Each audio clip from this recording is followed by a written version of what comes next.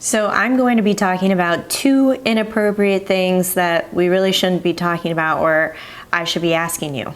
But this is what this channel is for. So the first inappropriate thing is I'm going to be talking about money, and your money specifically, and your age. So I have a very personal question for you in regards to your age. Were you born between the years 1984 and 1993? If so, this video is just for you.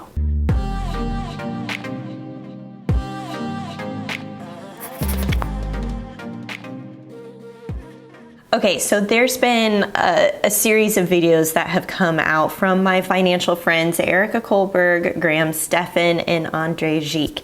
And they all did videos about how much money you should have saved by what age. Well, I'm going to give you that answer in this video, but in addition to that, what I didn't see in those videos is whether or not this money is important to have saved. And furthermore, we're going to be talking about FU money. So lots of inappropriate stuff here. Actually, I think very appropriate stuff here. So let's get into it. First, let's answer the question, how much money you should have saved by your 30s. Well, the answer to that really came from fidelity.com as I was doing my research, and they said that you should have 1 times the amount of your annual salary.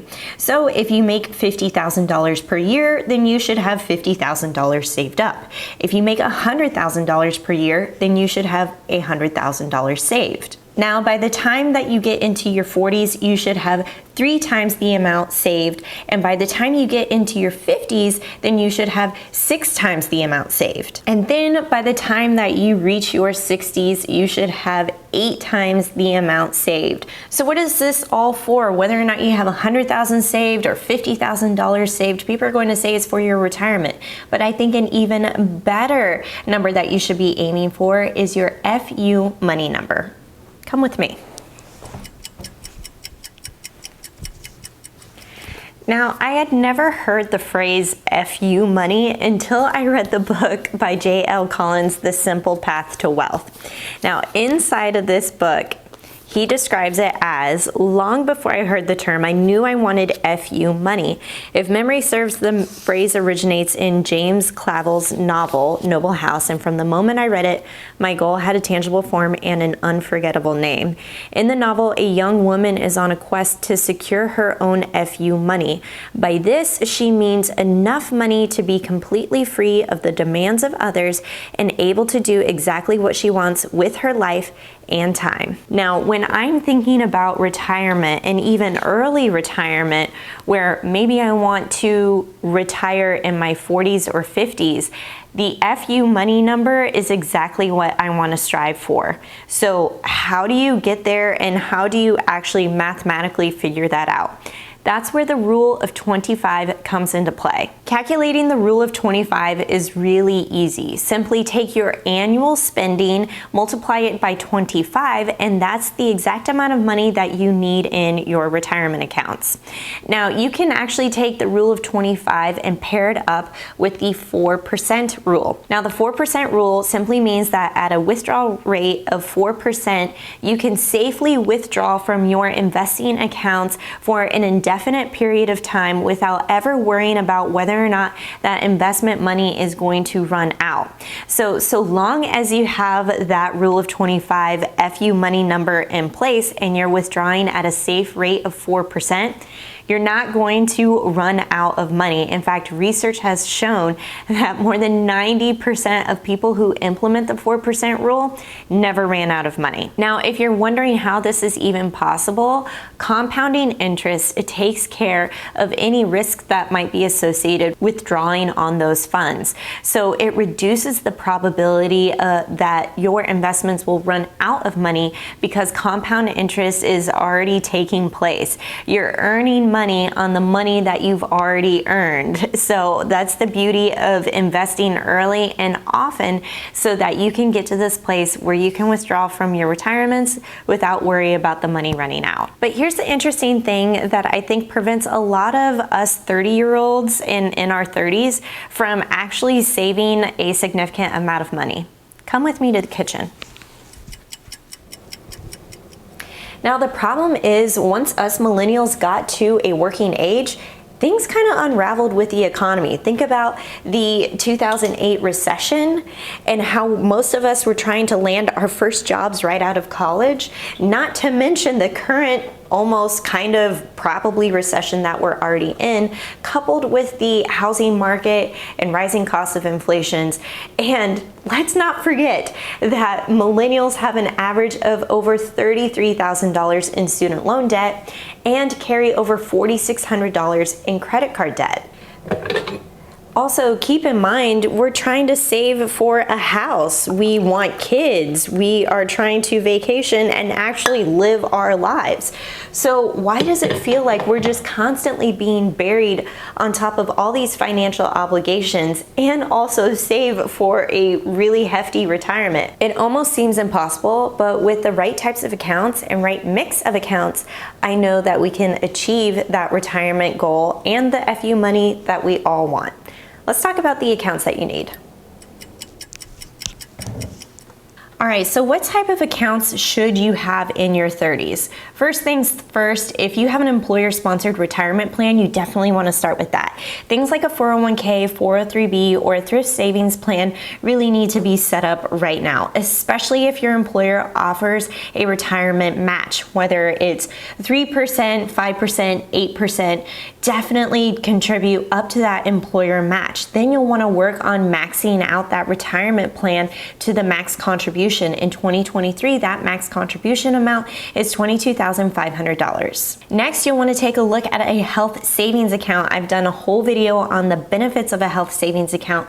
I will link to that up here in the cards for you to check out. That's typically paired up with a high deductible health plan and a health insurance coverage plan that you might have with your employer. Then you'll want to take a look at different IRAs or individual retirement accounts, such as a traditional IRA and a Roth IRA. Now, the biggest difference between these IRAs are how they are taxed. Either you are taxed up front, like a Roth IRA, or you're taxed when you take those withdrawals like a traditional IRA. I have a whole video on what Roth IRAs are. You'll definitely want to check that out. If you're self-employed, you'll want to check out a SEP IRA. This is what I personally use today to build up my retirement accounts because I do not work for a traditional employer who offers a 401k. Thus, I'm taking advantage of a SEP IRA inside of Vanguard and choosing index funds as my primary ways to invest in my retirement. Then you can also take a look at individual brokerage accounts. These are taxable accounts, but I find that they are great ways to set aside long-term savings, whether or not you're saving for a down payment or when we're thinking about further down the road. Maybe this is a type of account that you want to set aside money for future financial goals for your kids, or maybe things that you want to spend money on in retirement or even before you hit retirement. I find a blend of all these different types of accounts in your 30s is exactly what can make your financial situation well-rounded. Now, if you have kids, you'll definitely want to take a look at a 529 college savings plan or a Unified Gift to Minors Act, a UGMA type account where you can put money into that account for your child for whatever reason, regardless if it's for education or not.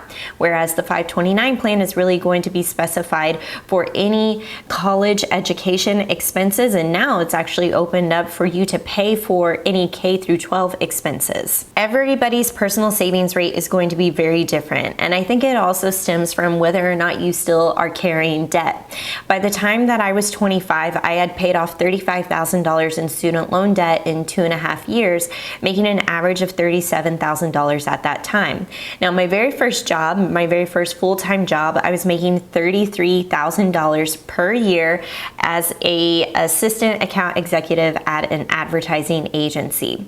At that time, I was also just contributing 2% towards my 401k, or roughly $55 per month to my 401k. I had no idea how to invest. I was very new to 401ks. I had no idea even how much my employer matched. I just put in 2% because I knew that I really needed the money at that time, and I wasn't quite sure what I was getting myself into.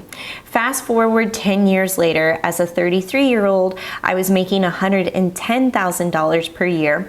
I did not have a traditional 401k, but I opened up a SEP IRA and I started contributing $1,000 per month. In a span of 10 years, a lot of things changed. I became debt-free. I really pushed my salary up. I was earning more than 3 times than what I was making as a 23-year-old, and I was really diligent and intentional about my education on investing.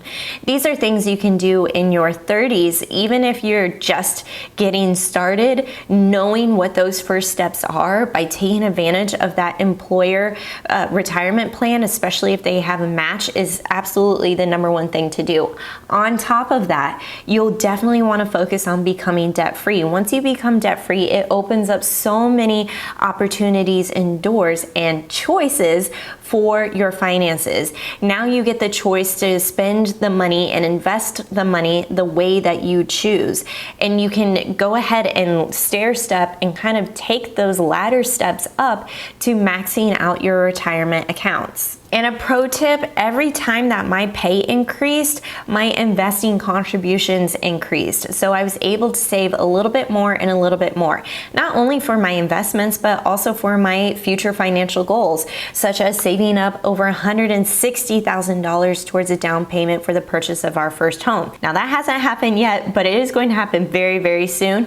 But I still continue to make headway on that goal so that I can see, okay, the more I save, the better off I will be in a financial position to be a homeowner. Now I'd love to know in the comments below, if you're willing to share, where are you at with your savings? Do you feel like you are right on par with what we talked about in this video, 1 times your annual salary, or is it more than that? Better yet, do you know your FU money number? Let me know in the comments, and if you love this video, give it a big thumbs up. Don't forget to subscribe if you want more content on how to crush debt and live payment free, and I'll catch you in the next one.